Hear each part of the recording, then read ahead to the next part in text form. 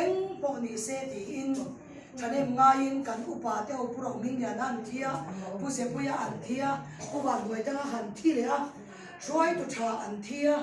tu na roi hau ke ni hau chu no pang te te kan ni ta ni ma sin si ga khat ka hau tel ve a pa mi ga hau khat kan lo kana no pang te ma ni se an thi dan kem te te lo chiat ka lo nei ve a kha in an sikula kian he Tmef lalpa min kan kai thau le ni chu kan in khan ni yan trap chu in ya kan in khana chu voi voi ya yan zam ya som chu ti voi ni sai du voi ni khang yan nei kum thum a kian ko la sa ra Tmef hi tlang ma yan lalpa min kai thau sak le a eng ma nei nya lo ven roi pui kan ma lalpa in ka chami min siam nya lo wa awang noi ni chile kan soi ang khan bom rang som pani ai tam zit lan pan min pe ni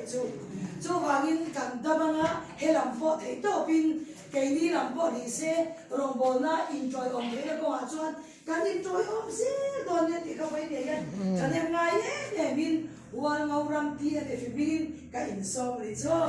lo me khoya ya bu tu ka amun tiao emina salai ka